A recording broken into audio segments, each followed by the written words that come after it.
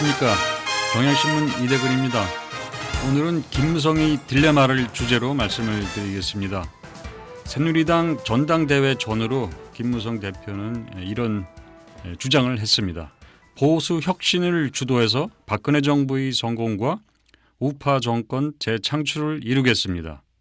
그리고 또 새누리당이 보수 대혁신의 아이콘이 되어 우파 정권 재창출의 기초를 구축하겠습니다. 여러분 어떻게 생각하십니까? 우파 정권이 재집권하기를 바라십니까? 시민을 고통에 빠뜨린 세력이 다시 집권하면 안 됩니다. 그렇지만 혁신을 해서 성공한 정권이 그 보상으로 재집권하는 것은 당연한 겁니다. 그래야 합니다. 그렇다면 야당도 아마 정신을 차릴 겁니다. 오늘은 우파 재집권이 가능한지, 김무성 대표가 순탄하게 대권을 질 수 있는지 점검을 해보도록 하겠습니다.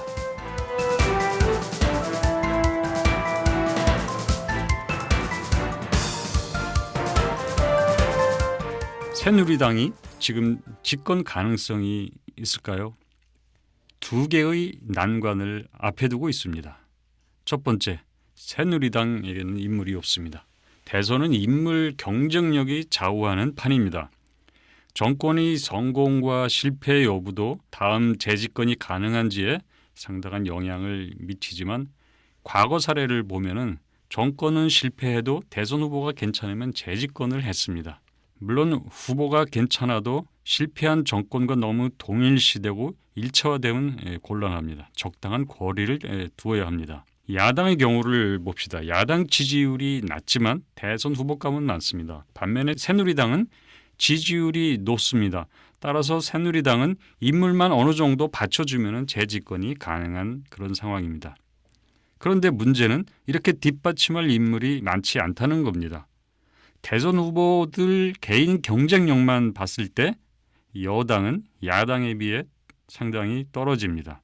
한번 대비해 봅시다. 김무성, 정몽준, 김문수, 남경필 여당에 이렇게 있다고 한다면 야당에는 박원순, 문재인, 안철수, 안희정, 손학규 이렇게 있습니다. 이걸 좀 비교해 보면 여당이 좀 떨어진다 이렇게 평가할 수 있을 것입니다. 이렇게 야당에 비해 경쟁력이 떨어지는 현재의 이 상황이라면 재집권은 비관적입니다. 이게 바로 새누리당 정권이 뒤에 깊게 드리워진 그늘입니다. 박근혜 정권 초기라서 별로 의식하지 못하고 있지만 점차 심각한 문제로 떠오를 것입니다. 새누리당 재집권에 놓여진 또 다른 난관은 민주화 이후 정권 교체 주기가 10년이라는 겁니다.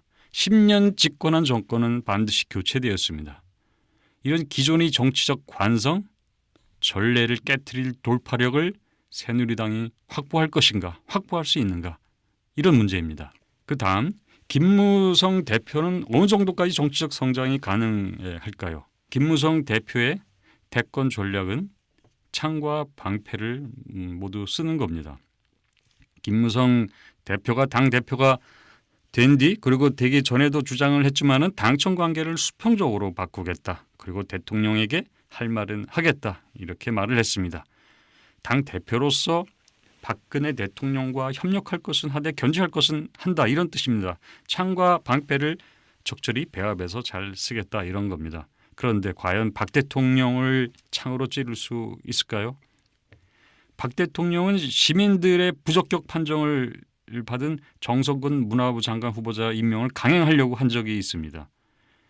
이때 기존 주장, 기존의 김무성 대표의 소신대로라면은 정성근 후보 임명 안 됩니다. 이렇게 말했어야 합니다. 말하자면 그때 창을 썼어야 합니다. 그런데 김 대표는 대통령 결정이니까 협력해야 된다.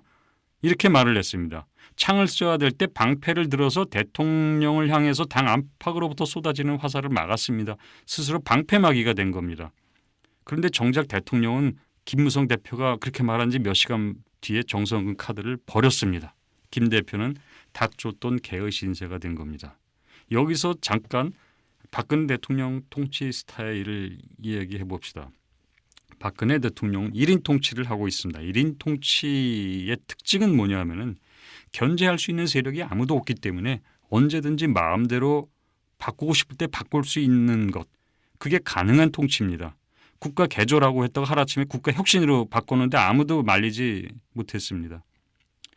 여러분들 여러 명이 함께 여행을 할 때 길을 좀 아는 사람이 먼저 차 앞세워서 가고 나머지 사람들이 뒷차로 이렇게 함께 따라가는 경험이 종종 있을 겁니다.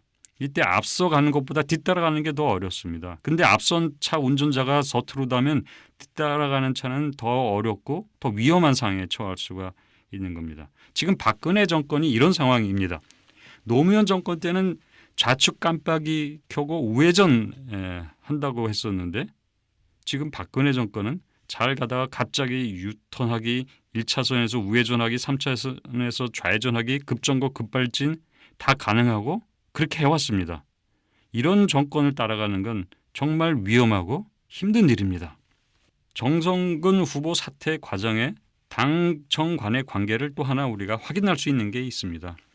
김무성 대표는 대통령으로부터 이미 사퇴 방침을 전해 듣지 못했다고 말을 한 적이 있습니다. 그래서 당청 소통이 여전히 안 되는구나 이런 비판이 일었습니다. 그러자 김 대표가 다시 사전에 몰랐었다고 한 건 거짓말이다 이런 말을 했습니다. 대통령 보호하느라고 그랬다는 겁니다. 이거 별것도 아닌 일로 대통령 방패 노릇을 하다가 스스로 거짓말장이가 됐다. 이걸 고백을 한 겁니다. 그런데 정말 알고도 몰랐다고 거짓말한 건지 몰랐으면서 비판 여론이 비등하니까 알고 있는 것처럼 속인 것인지 아직 미심쩍은 구석이 있습니다. 이렇게 자칫 할 말을 하겠다는 사람도 할 말을 제대로 못하고 따라가는데 이렇게 따라가면은 길을 잃게 됩니다. 1인 정권은 고쳐 쓰기도 어렵고 따라가기도 어렵습니다.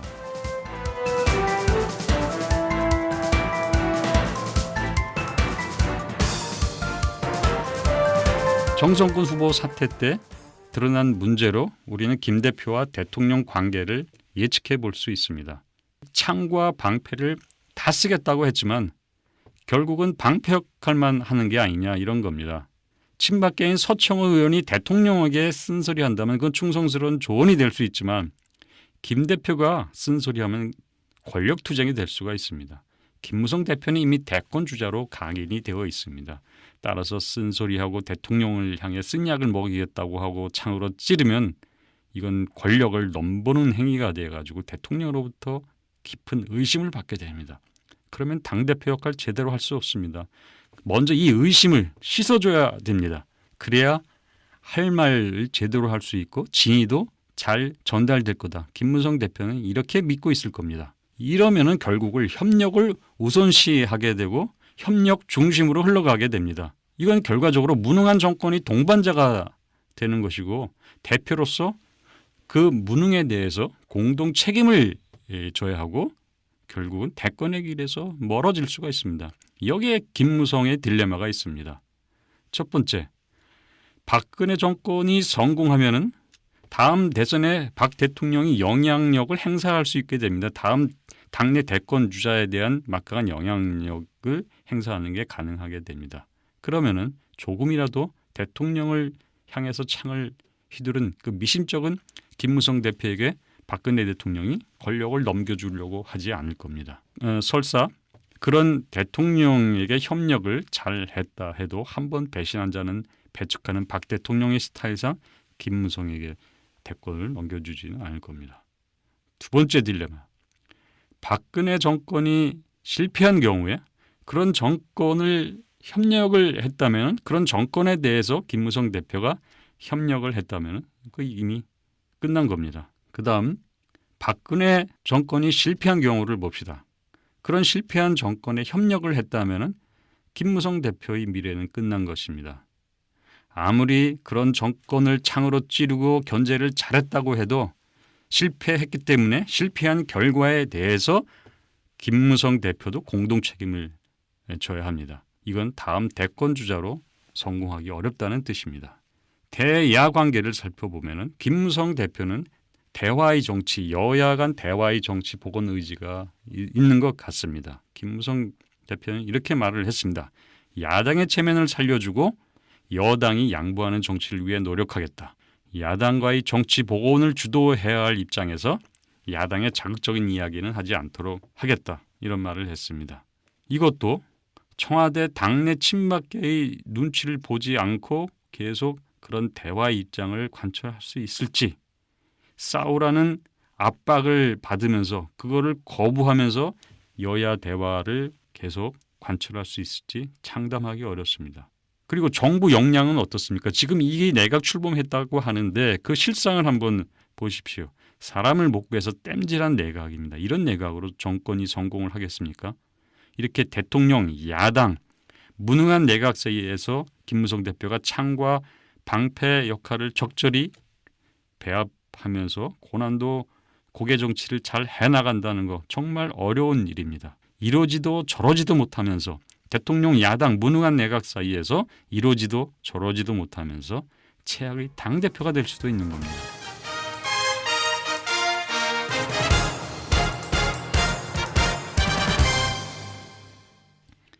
그럼 김무성 대표가 이 딜레마를 벗어나려면 무엇을 해야 할까요?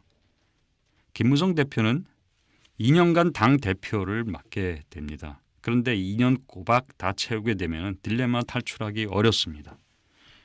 해법은 두 가지입니다. 하나는 가급적 빨리 대표 자리를 내놓고 자유롭게 자기의 대권 구상을 펴는 겁니다. 이명박 정권 때 박근혜 당시 의원이 정권에 전혀 관여하지 않고 당내 반대 세력, 당내 대안 세력으로 남아 있다가 대통령이 된 성공 사례가 분명히 있습니다. 이거는 하나의 분명한 대안이 될 수가 있습니다. 다른 방법은 행운을 기다리는 겁니다. 영화 미션 임파서블이라고 있습니다. 제목은 미션 임파서블인데 내용을 보면은 불가능한 것을 가능하게 해내는 반전이 들어가 있습니다. 지금 불가능해 보이지만 당 대표 2년 꼬박 다 하고도 대권 주자가 되는 반전이, 그런 행운이 올지 누가 알겠습니까? 이대근이었습니다.